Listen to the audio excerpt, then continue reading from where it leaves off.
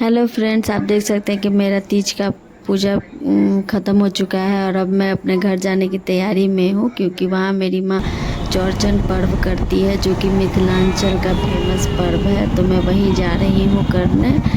तो यहाँ मेरा तीज का पूजा समाप्त हो चुका था, तो वहाँ शाम में पूजा होता है चौरचन का, तो मैं वहीं जा रही हूँ। ये देखिए मैं अपने घर आ गई हूँ। ये मेरा मायका है और देखिए नीचे कोई नहीं है, क्योंकि मेरे मम्मी पापा यहाँ पे अभी अकेले हैं। तो मम्मी पापा छत पे जा चुके हैं पूजा करने के लिए, क्योंकि टाइम हो चुका था। तो चलिए आप लोगों को मैं दिखाती हूँ कि मिथिलांचल का ये पर्व किस तरह से मनाया जाता है। और ये पर्व हमेशा छत पे या फिर आंगन में ही होता है, कि जहाँ से चंदा मामा दिख सके। ये देखिए यहाँ मम्मी ने पूरी तैयारी कर रखी है। ये देखिए इस पर्व में न चांद भगवान को अर्घ दिया जाता है। ये मेरे मम्मी पापा हैं।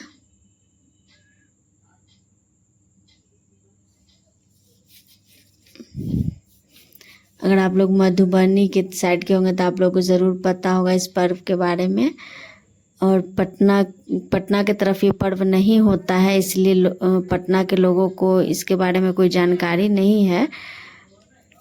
तो मेरे ससुराल में तीज होता है तो मैं तीज करती हूँ, और मेरे मायके में चौरचन होता है तो वहाँ मेरी मम्मी चौरचन पर्व करती हैं।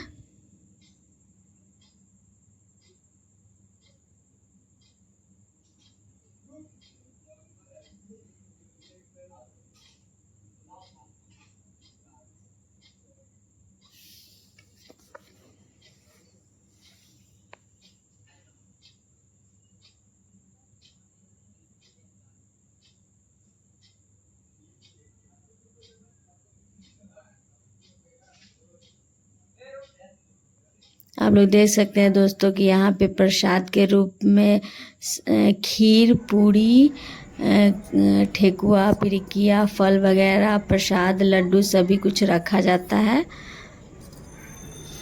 और खीर पूड़ी यहाँ केले के पत्ते पर रखकर पूजा किया जाता है। और देखिए फिर हम सब लोगों ने मिलकर वहाँ आशीर्वाद लिया, प्रणाम किया। और आज के दिन दोस्तों खाली हाथ चंदा मामा को नहीं देखा जाता है, तो इसलिए सभी लोग हाथ में फल लेकर उनको प्रणाम करते हैं। ये देखिए पूजा समाप्त हो चुकी है। फिर पापा ने वहाँ पे एक पूरी तोड़ना होता है, उधर का ऐसा रिवाज है। तो मेरे हस्बैंड और मेरे पापा ने ये किया था।